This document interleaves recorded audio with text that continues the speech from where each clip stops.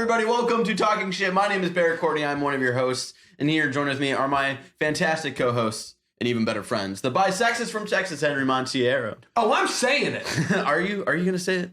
Hey, Hunger Games. I'm still full. And in between us is my favorite chunky punk, Ricky Baldazan. What's up, Ricky? I can't even. You can't even follow it up. You're not a creative bitch like that. I can't do that. Hey, Hannibal. This ain't your mama's monologue. One day he's gonna break his glass. I know. He just throws everything. You act like I don't have 8 pairs of these somewhere. I don't. Now, I want to address something from last week. Last week, when I introduced the show, I was like, support us over on Bandcamp. And we talked about Bandcamp when we were talking about our relaunch and whatnot. Something happened with Bandcamp. Now, when we envisioned our relaunch... We're not allowed back there. When we... At Bandcamp. Originally, we're talking about, a relaunch in 2016. I didn't want to do... We wanted to do, we had an idea to have a page where you can support us, give us money, and you get content early. And I was like, I don't know if I want to do Patreon. So I was looking around, and Bandcamp sort of has that same thing where you can have your page, and then you can have, a fan page where... they can pay you and they'll get stuff early and you can send them stuff or whatever. And so our original setup was going to be on Bandcamp and to get Talking Shit early. So what happened the night before our relaunch, I tried to upload the episode of Talking Shit up on Bandcamp and they're like, we don't support MP3 files. I was like, all right. And so I go back and I, convert it to Mormonism. Well, you don't want to, because they want lossless audio files, so they want a WAV or an AICC or AIFF file or whatever, just non-compressed file, so you can get everything, so it's not a bad quality or anything. So I was like, all right. So I went back to GarageBand, exported it in a WAV file, tried that, and they're like, okay, we have another problem. Your file is way too fucking big. And so there's no way to get around, because the biggest file they let you upload is 281 MPEGs. Our whole episode of Talking Shit in a WAV file was a gigabyte. So I was like, all right, we're going to have a little problem here. Because if I try to compress it and get it to the file length size, but they don't allow compressed audio. But if I uncompress it and try to upload it, it's too big. So literally 2 hours before we're supposed to announce the relaunch and all of this stuff, I was like, fuck, we need to find a new platform to do this on. So that's when I went over to Patreon and started to set up everything over there, because Patreon doesn't give a fuck. We don't upload things there. Yeah. What we do is you support us on Patreon, and then you get the audio file Talking Shit early on SoundCloud. So that was just a whole thing. I had to re-record our announcement video just to talk about what the actual platform we're gonna be on and whatnot. It was a stressful day. So if you're confused about why are you guys talking about Bandcamp? We can't find you on Bandcamp. And then why does it say support on Patreon if you're talking about Bandcamp and all this stuff? That's why.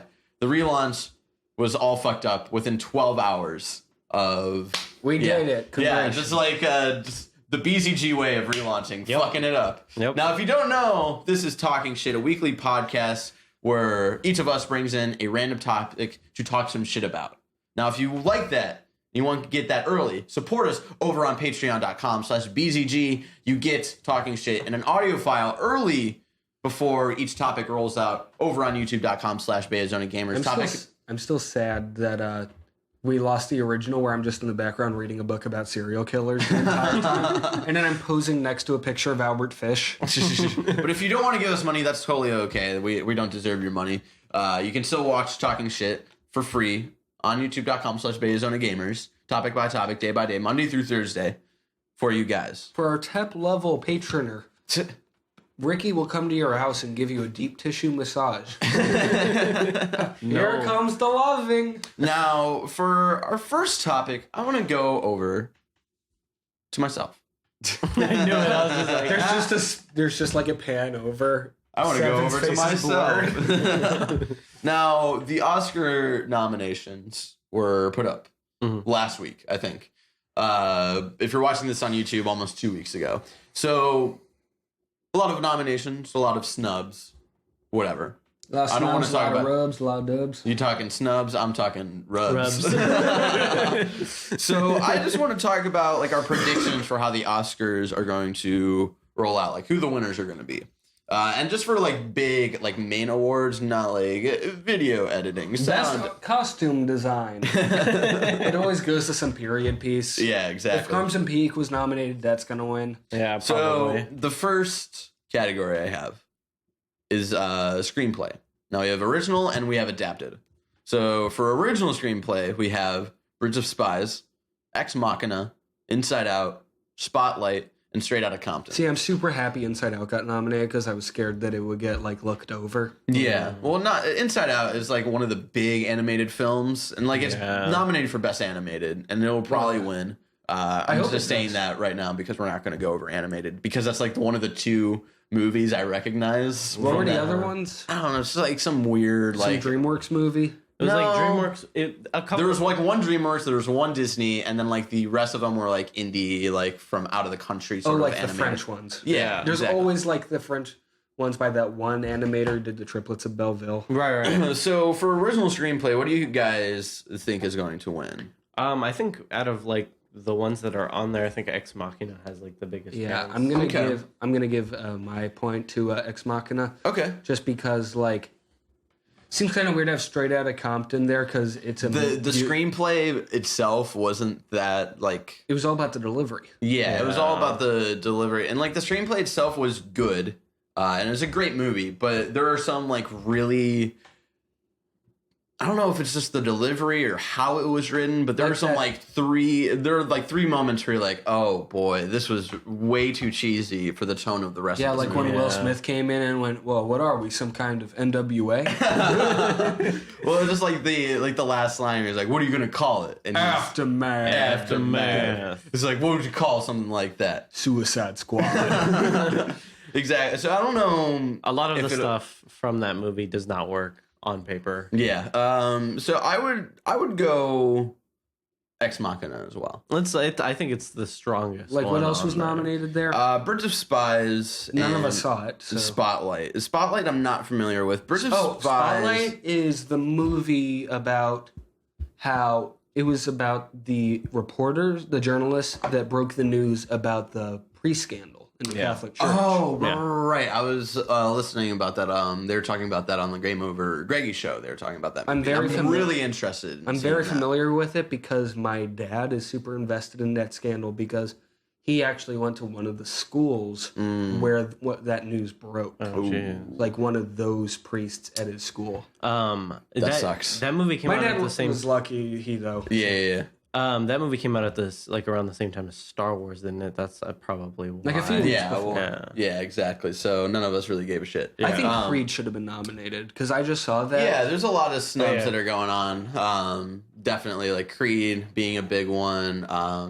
The Beasts of No Nation. The Idris Elba one. Yeah, Was that just a Netflix thing? Or? I think so. And that's the weird thing is like people are upset like none of that got nominated, but it's like a weird thing. Does the Academy recognize Netflix movies? Like what goes on I don't think in they that really do. realm? Yeah. I think they should figure it out something or like just have like award for streaming services where it's like they put all of the Amazon, Hulu, Netflix original programs. Yeah, but that's the weird thing is like Amazon and Hulu. I feel like only do shows right now. They haven't moved on to movies, and Netflix is the first one of the three of them that have actually like gone into film. So They're like playing catch up right now with Yeah. Netflix. and Well, yeah, because Netflix has like the Marvel deal. so for adapted screenplay, we've got The Big Short, we got Brooklyn, Carol, The Martian, and Room.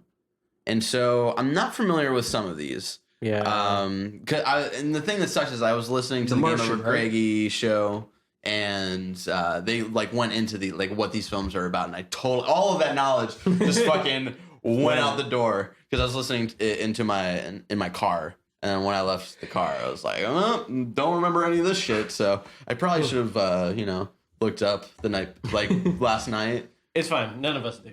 I think like out of those movies, I feel like possibly The Big Short. Just 'cause like it's like the most acclaimed. and one. that's that's like that's the one getting a lot of attention right now. And that movie I actually do know. Do you know what that one's about? It's about like the stock market crash. Yeah, so it's about the house market crash and like how these guys predicted it, and They made hella money off They of it. made hella money off of it, and they apparently the movie explains really well like what happened, and nothing like nobody has been able to explain like what really happened in that time. And this is like one of the very first like few things that have come out like explains it to people, and people actually get it from what I've heard. And a lot of people say it's like really, really funny as well. And you've got like great actors like Steve Carell, Christian Bale, Brad Pitt, Ryan Gosling as well. So one day the Gosling will become a beautiful swan. I don't know why I think thought Jonah one Hill of was in these maybe he might have a cameo or something. Who does? I might just be Jonah Hill. He's in a lot of fucking like random ass movies. Yeah, I just probably like just put that in my head because of like Wolf of Wall Street. And stuff. Yeah. The one thing I think this is Room. Possibly is the one where this woman is basically trapped inside of a room with this with their son, with her son, and it's basically she's a rape victim, and she has a child, and the child is like the child of the rapist, made by Adam Sandler. Oh no! So. I've heard really good things about that. So my money is either on The Big Short or or Room. The Martian doesn't really work out for me just because they really took a lot. Like I know when it goes from a book to a movie, it's always really hard. But I feel like you're a Harry Potter fan, of course you do. Yeah, but I feel like movies like Gone Girl proved people wrong of like how well a movie can be adapted from a book. Yeah, and The Martian did not do so well with the isolation that happens to Dr. Watney in... Like, he's up there for, like, 2 years, right? Exactly. And, there are parts where he, like, is, like, being funny about it, and he's trying to, like, keep himself sane of cracking jokes. And they do that a lot in the movie, but they took out, like, almost all of, like, the isolation and all the sort of not turmoil, but just, like, the really inner deep things that he was feeling when he was alone. Yeah, because it's like there are like two pivotal moments where you see it, but that's really it. Because I mean, like with you two, it's like if your girlfriend's away for like a month, you're like, oh god, yeah. But he's like up there for 2 years, and he's acting like that, like just. Hey, I'm the affable main character. Hello. Right. I'm Matt Damon. And then, so what do you guys think for adapted screenplay? I agree with The Room. That's one that was not The Room. It's just Room. No, that's the best screenplay. Yeah, that's the best one. So with The Room, Johnny, I did not hit her. I did not. Oh, hi, Mark. Hey, Johnny. That's a funny story, Mark. Because with Room, it's weirdly one of the movies this year that kind of went over my head. Like I saw the trailer maybe once and then didn't think about it again. But now that I'm remembering the times that I did see the trailer, it looked fucking phenomenal, and I do want to see it. So I'd probably put my money on Room. Unfortunately for The Martian, to me, it seems like that one's just going to kind of be stuck in the middle for everything. Yeah, right now. And we'll get to that when we get to Best Picture. Henry. I was going to say their Big Short or Room seems most likely. Okay. I bet Room's on Apple TV, so if you want to see it, like you can come over to my house and we can watch it at some point. Fucking invite me, gosh. You want to come over and watch Room? No, I'm busy. Oh, you're just busy in all the possible time streams. So for directing, it doesn't list the actual directors here, so forgive me for not actually citing who's directing these movies. We've got The Big Short, we got Mad Max Fury Road, The Revenant, Room, and Spotlight. Now... It's an interesting... Now, even though I felt a little lukewarm about The Revenant, but I think... Inarritu's direction was gorgeous. Yeah, and the cinematography, like, there's no way in how that movie is going to lose in cinematography. Like, that movie is going to win that category. And even though, like, I don't agree with some of the directions that he went into for The Revenant, there's, like, because he likes to work with a lot of surrealism, and I don't feel like that really worked this time around. Like, it worked for Birdman, a movie about a guy going insane. Yeah. But, like, like, all the dream sequences that happen in The Revenant, it took me out of the movie of, like, this actual story that, like, actually happens, and it just felt off in a way. Are there that many? Because I only remember the one with the church. There's like three. There's like 3 dream sequences, and like the third time, or maybe 2, but like definitely the last time I saw like the last go around of the dream sequence, I was like, okay, like what are we doing here? And that's what the other ones were, but you haven't seen it. Yeah. I haven't seen that one. Mad Max Fury Road. I don't know. What do you guys think? I'm very weirded out that it got nominated, actually. I still love that it got nominated for Best Picture. We'll get to that. What? I really don't think... Like, I love that movie. Yeah. But I don't think it's going to win this one at all. That's the only thing I'm for sure about. Even though I haven't seen... what is it called? The Leonardo DiCaprio? Revenant. The Revenant. Even though I haven't seen it... from what you two have told me about it. And you've seen Birdman, right? Yeah. I watched it like 3 times with you. I watched that shit over and over again. And kind of understanding that director and how he goes about shit. I'm pretty sure The Revenant's going to win. Okay. Sure. That seems like the strongest one out of all of them. Did you say who do you think is going to win? What were the ones we were talking about again? Big Short, Mad Max. I think The Revenant. Okay, yeah. Because I think Inarritu is a wonderful director. Yeah. I think... He deserves winning just for letting Tom Hardy punch him in the face. Yeah, like, even though I still don't know how I feel about the film. Like, I think, like, taking out, like, the surrealism that was sort of forced into the movie and just focusing on, like, the plot itself and all of the...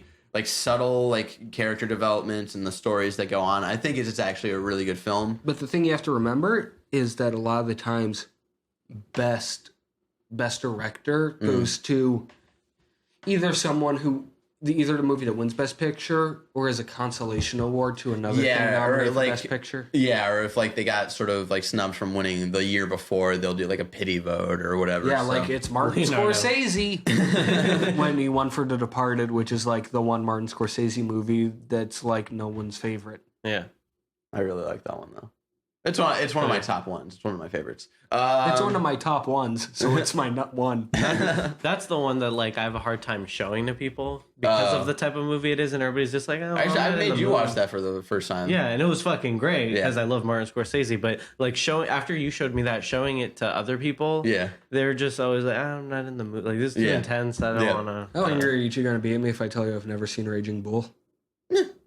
Because I really want to see it. Yeah, that would be a good one to watch with you. There's a lot of movies I haven't seen.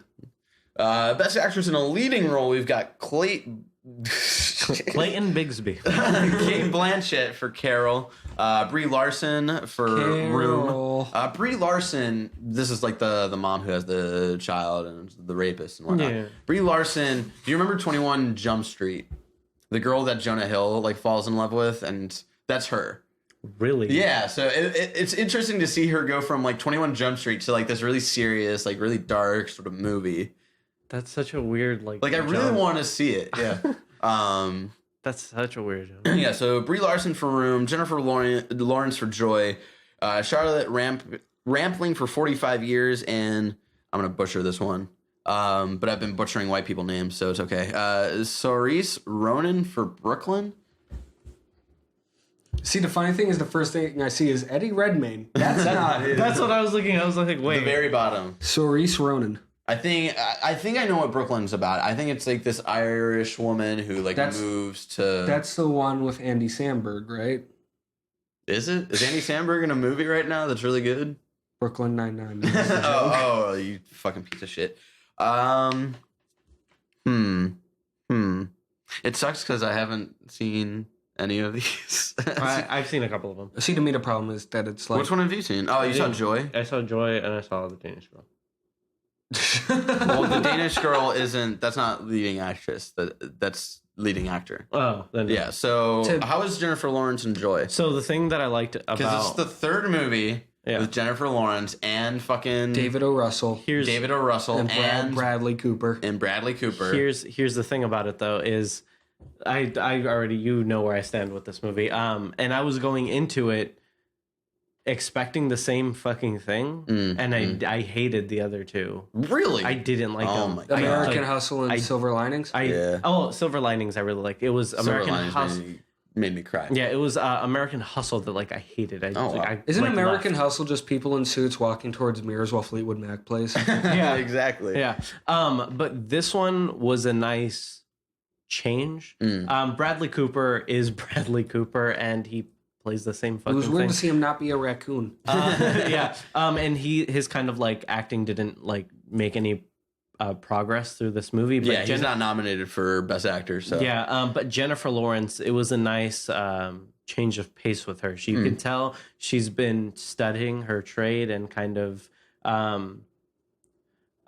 trying to make actual progress with acting and stuff like that. I think she did phenomenal in this movie, and even though it was kind of that typical like strong individual character that Jennifer Lawrence always plays, I'm a strong woman.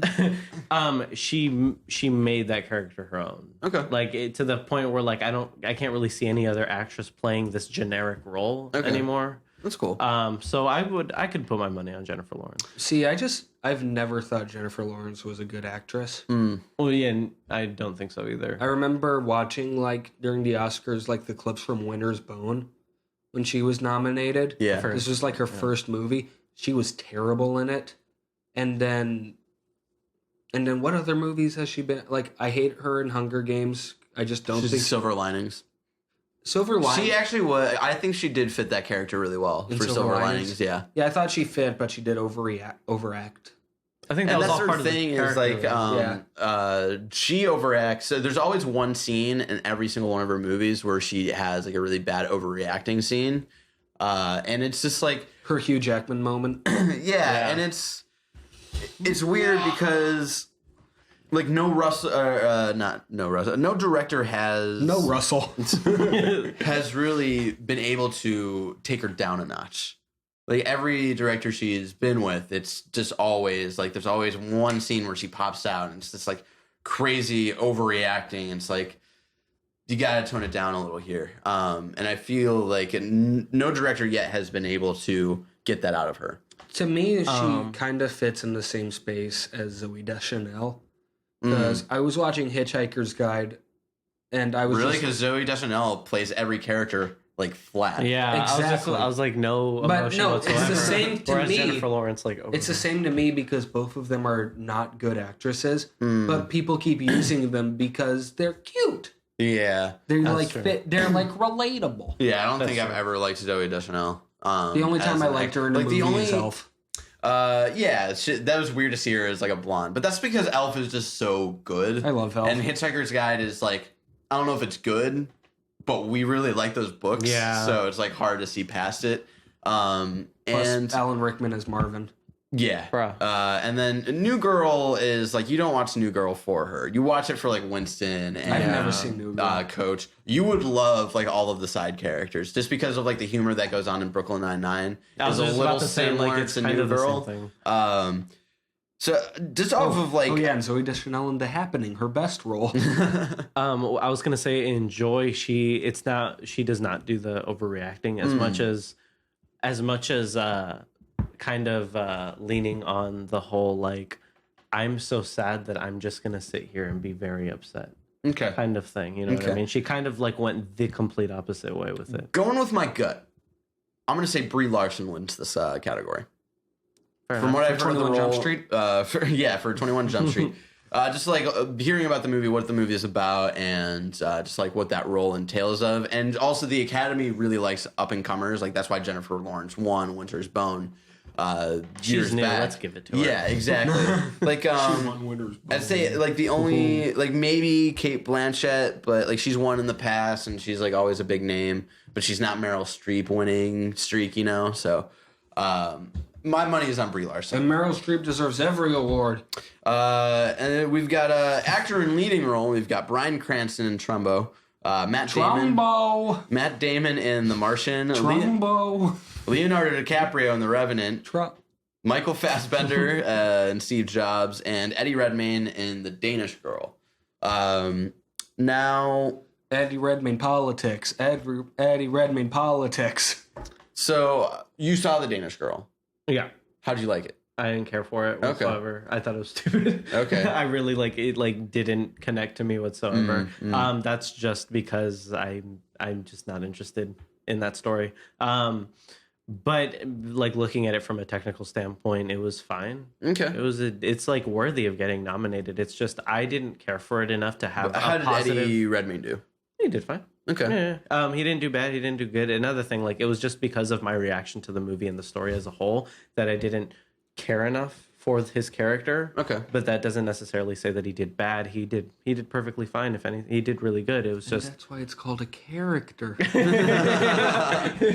But yeah, I didn't give a shit enough about the movie. So I'm not putting my money on anything that's the Danish Girl. Now, Also, do we think didn't he win last year he did win last for year? Theory of Everything? He did. Don't they usually like not give it to people consecutively? Like 2 years in a row. I feel like that's only happened like once or twice, where it's like 2 years in a row someone has won. But it's not always actor. It's either like we've got Michael Fassbender, Steve Jobs, Leonardo DiCaprio, The Revenant, Matt Damon, The Martian, Bryan Cranston for Trumbo. I'm just gonna say it right now. Matt Damon has no prayer of winning Best Actor. But is this the year Leonardo DiCaprio finally gets an Oscar? So this is the main reason why I wanted to do this topic, was to talk about this. Is Leo getting an Oscar this year? I'm very split in this category specifically. Is because we got Leo, and I'm always rooting for him. Yeah, because there's something about him. I really like him. He's a guy. I think he's endearing. Yeah. And he's the underdog. I want to keep pushing him, like, get that Oscar, man. Yep. But I also don't want him to get it for this movie. Because I again, like we were talking about it before, I feel like this is just kind of gonna be like kind of chameleon. I feel like it's like if he wins, it's gonna be like a pity vote. Because again, like The Revenant was good, but I don't think it's been Leo's best role. But then here's the thing: is like he's not up against like crazy competition though. That's the thing.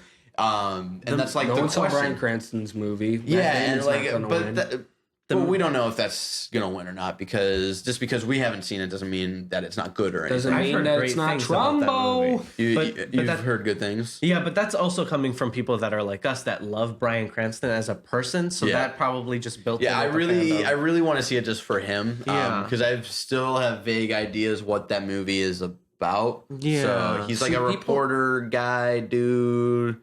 He's got one of those old school keyboards, and he types. The whole movie is just like he's playing like the he's just writing the entire script to Malcolm in the Middle. He's the doctor's office secretary. He's got the nails, and he's just like, don't worry, I'll call you back, sweetie. That's another thing we were talking about yesterday. So the funny thing to me is everyone always talks about Leonardo DiCaprio has never won an Oscar. You know who else has never won an Oscar? Alfred Hitchcock. Yeah. Or Stanley Kubrick. Yeah. Or Joaquin fucking Phoenix. Phoenix. The man who deserves an Oscar way more than Leo. Akira Kurosawa. I feel like you just threw that in. No, I feel like that's someone that you just met a couple of days ago. No, Akira Kurosawa, the guy who directed Seven Samurai and Ran. Oh, that's an actual person that's really Basically, good. like the most iconic like Japanese samurai director. And like he's the one who made Star Wars what Star Wars is. Star Wars wouldn't exist without Seven Samurai. But again, this category splits me into three people because I love Leonardo, I love Bryan Cranston, and then you have the man crush on Michael Fassbender. Michael Fassbender. I want him to fast my bender. I think Fassbender might get it just because I'm thinking in the mindset of old white people, Academy people. Love Steve Jobs, an old white person. Exactly, and like with the exception of there's like one or two black people in that group. They love like Steve Jobs was like the big thing when like they were like adults, like when they're in their prime and whatnot, and that's like a story like they like lived through and all that stuff. So I think seeing that on screen is going to sway them to go to the Fassbender route. Yeah. I don't know if this is the year DiCaprio gets the nomination, but I wouldn't be surprised. Yeah. But I'm pushing for that. But it would also ruin the fun. It would ruin the fun of like I would love he never got an Oscar. The Tumblr would lose half of its things. I would love it if he went up there and just went, you can all shut up now. So I love how like people were like, he won a Golden Globe. He's like, yeah, he's won Golden Globes before. The hell's a Golden Globe? No one gives a shit. I want him to either do two things: go on stage and like completely like go crazy and be like, finally, finally, or to be like, I earned this and walk out. He just goes, finally, throws it at Jennifer Lawrence's face. And then did you guys have any like definitive predictions for Best Actor? You're swayed three ways. You don't. You're like, I don't care. I want my man fast. Okay, so here we go. He's here to pump you up. Here we go. Well, hit up. Nominees You up. for Best Picture. We've got The Big Short, Bridge of Spies, Brooklyn, Mad Max Fury Road, The Martian, The Revenant, Room, and Spotlight. I've only seen Mad Max. Really? Yeah. Oh yeah, you haven't seen Martian, you haven't seen Revenant. So Not going to Mad Max, not going to The Martian. is it gonna go to Mad Max though? Because the whole thing when that movie came out was Women. yeah, it's all about like the strong like story about like women and how like they're treated in society. Just and for that, it was very interesting of like this very simplistic story that had like a great deep meaning. But I don't know if that's enough for it to get the win. Martian, no way in hell. If Martian fucking wins, then all hope is lost. Like there's still a little hope for the Oscars, but if the Martian wins, I don't give a fuck anymore. I think you're going on the right track because all of these, even also because I haven't seen them other than Mad Max, but it just on like trailers alone, it seems like none of these are really like strong. Yeah, like this 2015, like looking back is like for like the Oscar sort of nods and whatnot, it's not that great of a year for films. But then when you look at like big pictures of like sort of blockbustery summer movie type of things like Star Wars and Mad Max that weirdly got on here. Jurassic World made a ton of money. Jurassic World was like okay. Yeah. It had dinosaurs in it, like you said in your review. This is Straight Outta Compton. Crazy movie. Creed. A lot of like really good like popcorn flick movies.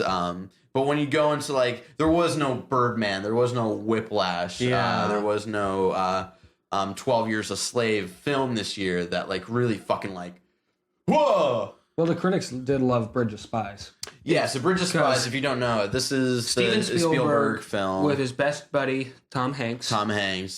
And it's about there's a American spy that was caught by the Russian government. And Tom Hanks plays the what's the word I'm looking for? He's like a negotiator in a way because they also have like a Russian spy, so it's all about like they're gonna do this trade off on a bridge and stuff, and that's why it's called The Bridge of Spies. Oh right, so like all this is going on, and then I heard that at some point Tom Hanks' character gets washed up to shore. And well, this is first after that he goes on a boat and the boat gets taken over and he's like, "Look at me, I'm the captain now." And then the boat gets washed up and then he becomes friends with a volleyball. And then life is a box of chocolates. And the whole time we're talking about Bridge of Spies, since I've had like no idea what the movie is, I just imagine like two guys going, "We're spies." Well, the first like I didn't like I knew the film existed, but I didn't completely recognize the title. Yeah, and I thought it was the movie with like that comedian actress who like the really like large woman, Megan McCarthy. Yeah, that movie that came out. Spy. Yeah, I thought it was that. I was like, how the fuck did that get nominated for an Oscar this year? Because it's a great year. But I would love it if that happened. I sorry, I just want to talk about so let's just go. So Bridge of Spies. I don't know if that will win. People love Spielberg. It hasn't been nominated for anything else. It feels like one of those like, oh, let's just put it in because it was here. And Spielberg did it. People like Spielberg. Exactly. Because we didn't want to nominate Straight Outta Compton or Creed or whatever. We didn't want the black people movies. Exactly. And then Brooklyn feels a little too indie, a little too niche for that to win. It's the winner's bone. Yeah, it's sort of like, it's a good, solid movie, and it definitely should be talked about when you're talking about best films of 2015. But it's one of those things when it comes down to like just brass tacks, like it's not gonna it's not gonna get that final push to win. It feels like this year for the Oscars is kind of like that round of Cards Against Humanity where everybody puts the throwaway cards away because they haven't given the good ones. Yeah, exactly. Just like someone has the Muhammad card, but they're holding on to it, and so everyone's card is like the boogers. Yeah, like no one's just gonna put Star Wars in this. Like, let's put. And we'll talk about. We're gonna talk about snubs for Best Picture after we talk about our guesses. About the snub down and the rub down. Let me just check how long we've been going. 27 minutes. Okay. All right. A little longer, I think. Room, possibly. I don't know if it'll win Best Picture, but I think it'll win a couple other things. People like sad stories. Spotlight, I think has a chance because it has a chance because of the gravity. Darling. Yeah, it has the gravity of that story, and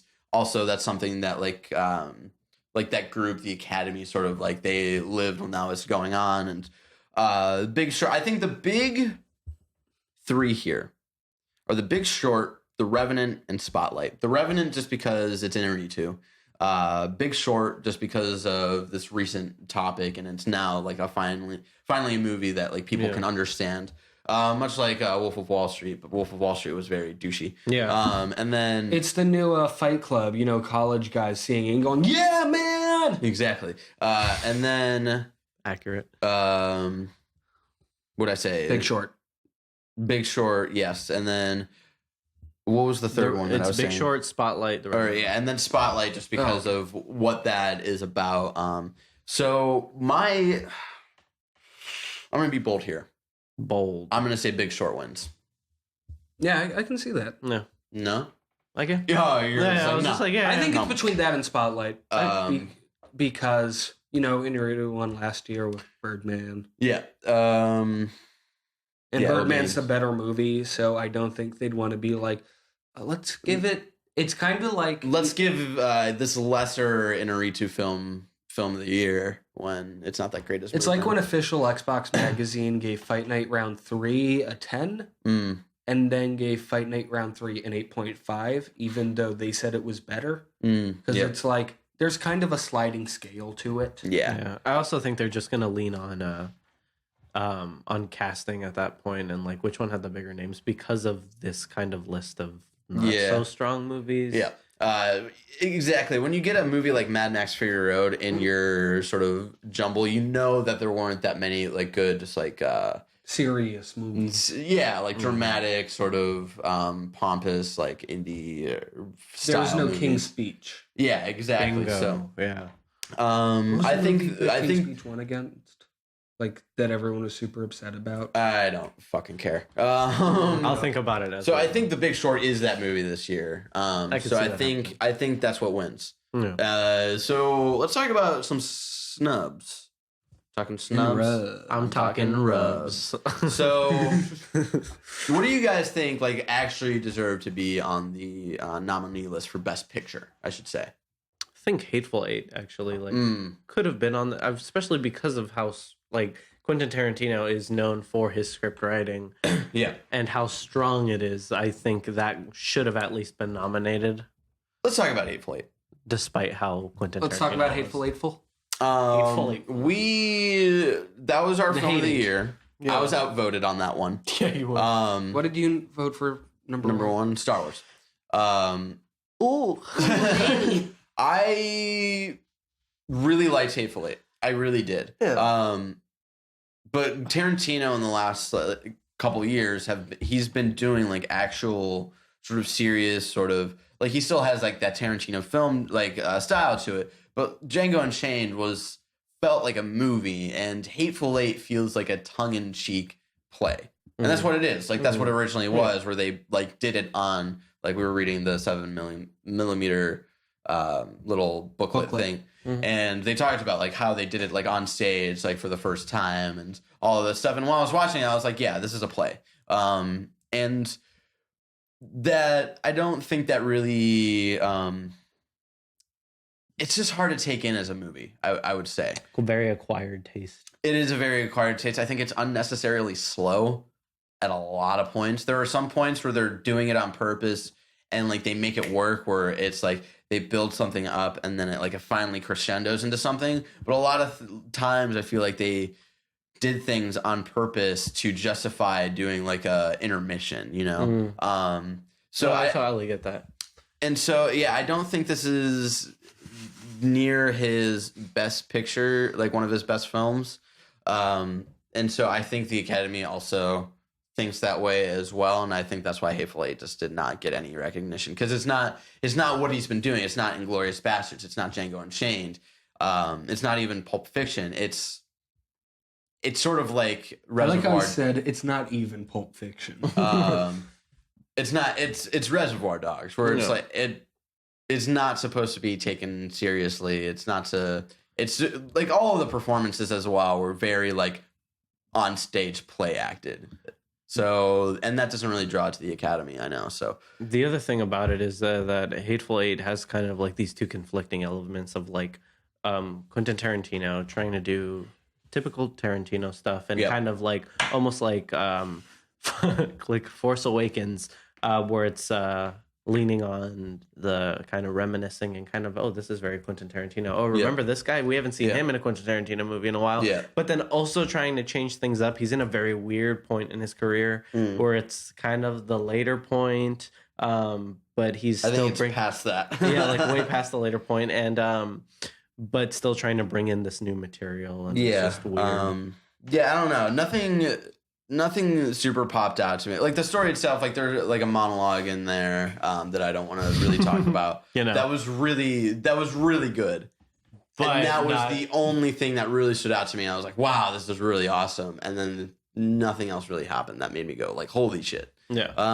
I think that, and I think the script is easy. And sorry, my last point before we get to you. The script is easy in the way of like this random thing, like we're all expecting it to be one person out of these 8 people, and then like this random thing happens that we have not known about for the entire movie, sort of pops up, and we create this whole different story. And then there's a major plot hole in this movie that we'll talk about after the show, that I want to talk to you guys about, because it just, based off of just this one little detail, none of this really should have happened. So anyway, none of it would have happened if men had started allowing in dogs. So, go ahead. What were you going to say? I was going to say the next movie I think could have been nominated for Best Picture. And I think it would have been if not for their poor track record recently. I think Inside Out should have been nominated. They don't do animated movies for Best Picture, though. Up and Toy Story 3 were nominated.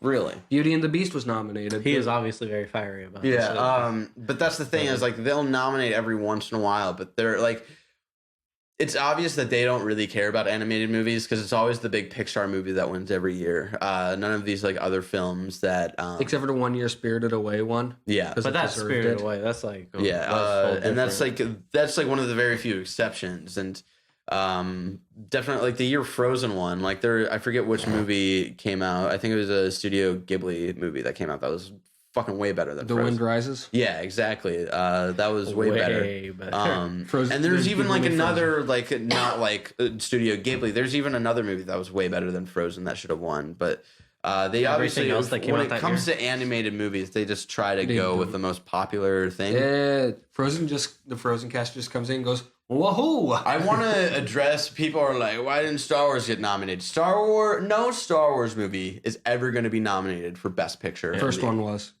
That's because it was really. Yeah, let me look it up. Okay. Wait, it was nominated for Best Burrito.